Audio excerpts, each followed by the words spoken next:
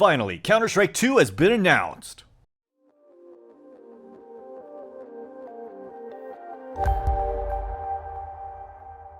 First, I want to say special thanks to Gabe Follower and his friend Aquarius. It's because of their constant data mining we knew about this for the past 2 years. And now that it's official, it looks like Valve has done an incredible job at meeting expectations. So in this video, we're going to break down everything we know about Counter-Strike 2 so far. Of course, new information is going to keep coming in. On top of that, we're going to go over how to get into the limited beta and when it's starting. First thing I have to say is it is confirmed that the name of the game is Counter-Strike 2.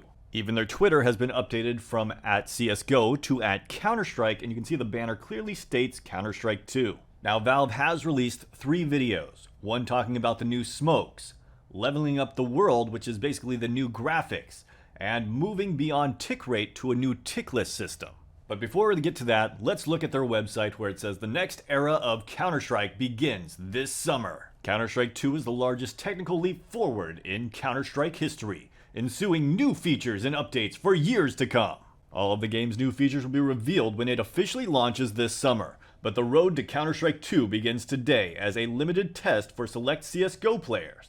During this testing period, we'll be evaluating a subset of features to shake out any issues before the worldwide release. Counter-Strike 2 arrives this summer as a free upgrade to CSGO, so build your loadout, hone your skills, and prepare yourself for what's next. So let's get into it. First off, we have the smokes. In a Counter-Strike match, information can mean the difference between success or failure. As a result, smoke grenades have become a cornerstone of team tactics. With Counter-Strike 2's new game engine, we've evolved smokes and made them dynamic.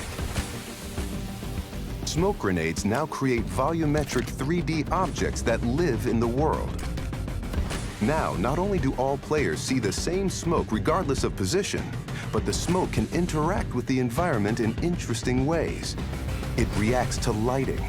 I mean, look at this. One thing that I want everyone to take note of, not only does the smoke wrap around objects and wrap around players, but also you can see that CTs throw a bluish grayish smoke, whereas the terrorists throw a tan looking smoke. Grows to fill spaces naturally.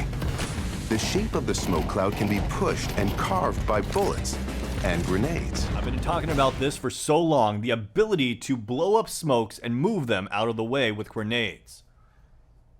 On top of that, they've gone a step farther and you can shoot holes in the smokes with your bullets. That's amazing. Also, here's a really good example of what I was talking about earlier with terrorists and counter-terrorists having different colored smokes.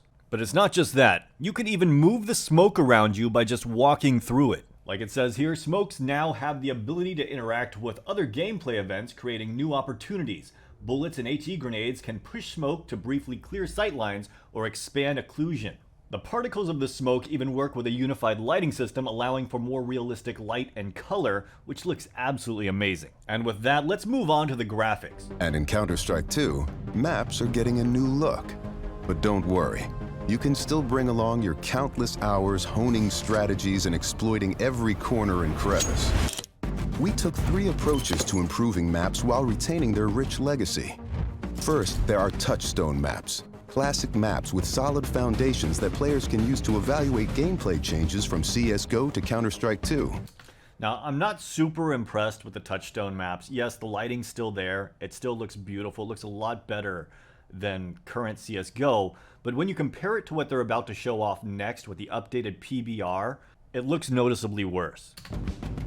These have improvements to lighting and character read, but otherwise haven't been changed. Next, we have upgrades.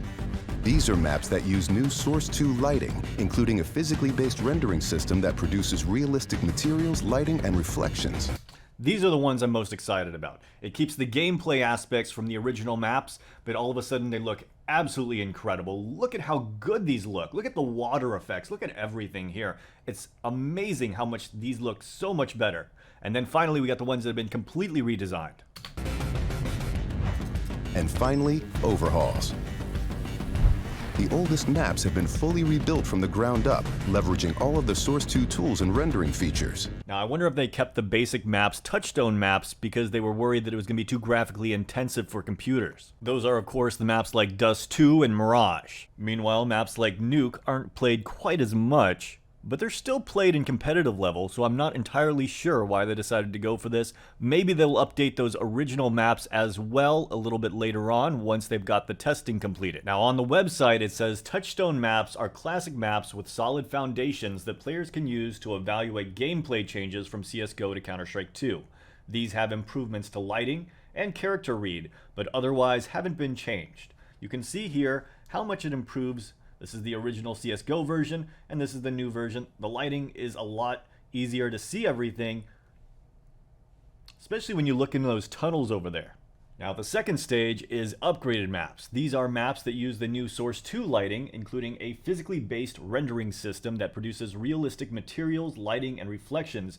And honestly, I don't know why they didn't use these on Dust 2 and Mirage. I feel like this is just an upgrade that would have been completely welcomed. Look how much better this looks. Yes, the other one does have improved lighting, but here you can see that everything looks so much better graphically. It's just pleasing for the eyes. Look at that. Wow. Absolutely incredible. I'm going to be playing the hell out of Nuke. And then next up we got the full overhauled maps, which are the maps that have been fully rebuilt from the ground up, leveraging all of the new Source 2 tools and rendering features. And you can see like the rock here is different. See how it kind of is a completely different shape. You got different trees in different locations, and I mean, it's the same map obviously, but it's just been redone. And it does look a whole lot better. Which brings us on to a whole new feature called tickless servers. Counter-Strike is known for its visceral and satisfying gunplay. Now, firing a weapon looks pretty simple. You click your mouse, your character shoots, your target takes damage. But there's a lot more happening behind the scenes. In previous versions of Counter-Strike, the game only evaluated moving and shooting in discrete time intervals, or ticks, and time between those ticks didn't exist. For the most part, the experience was seamless, but sometimes those milliseconds between click and tick could be the difference between landing or missing your shot. That's why with Counter-Strike 2, we're introducing sub-tick updates. Now the tick rate no longer matters for moving and shooting, so the server will know the exact moment you fired your shot, jumped your jump, or peeked your peek, and the server will calculate your precise actions between ticks. So what you see is what you get. Alright guys, I have no idea how this is going to work, because at the end of the day, the server has to get the information, parse out what happened at what times, and then send it back to the clients. And that means that data packets have to be constantly going in and out. How fast can they go in and out? That's a good question. I'm not entirely sure.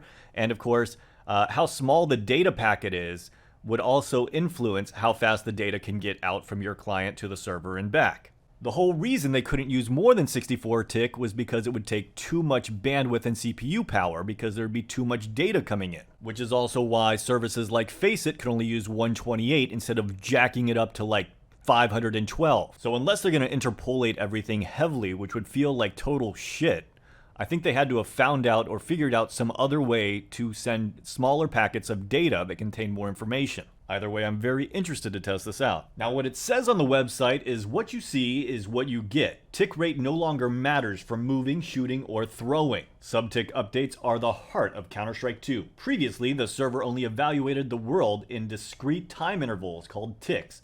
Thanks to Counter-Strike 2's sub-tick update architecture, servers know the exact instant that motion starts, a shot is fired, or a nade is thrown. As a result, regardless of tick rate, your moving and shooting will be equally responsive, and your grenades will always land the same way. This has always been one of the biggest problems with CSGO, and I'm so glad you're not going to have to learn different lineups for different tick servers. Now, this is something a whole lot of people are going to be happy to hear about. Your items are going to be transferred from CSGO to Counter-Strike 2. The statement says, bring your entire CSGO inventory with you to Counter-Strike 2. Not only will you keep every item you've collected over the years, but they'll all benefit from Source 2 lighting and materials. In addition to supporting legacy models and finishes, all stock weapons have been upgraded with high-resolution models, and some weapon finishes take advantage of these new models. On top of that, they're updating the VFX. From UI to gameplay, all visual effects have been reimagined. In my opinion, one of the coolest new features is blood effects that slowly dissolve over time.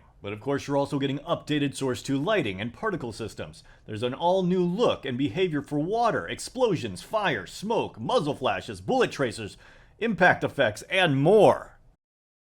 And then you're also getting UI enhancements. The UI in Counter-Strike 2 has gotten a complete overhaul, including fresh visual effects throughout the HUD. Not only do these improvements look nice, they also communicate important game states. Personally, I love this touch where you get 5 kills, it shows you the ace at the bottom. Actually, it shows you 5 aces. But that's not everything. They've actually reworked and rebalanced the audio. Here you can see accurate audio. Counter-Strike 2 sounds have been reworked to better reflect the physical environment, be more distinct, and express more game state. They have also been rebalanced for a more comfortable listening experience. And on top of all that, you can now see your feet!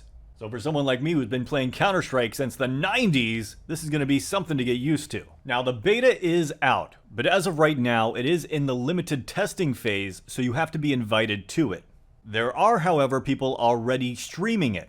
Now, if you want to get invited into the beta, here's what you need to do. Now, Valve states players are selected for the Counter-Strike 2 limited test based on a number of factors deemed important by the Counter-Strike 2 development team.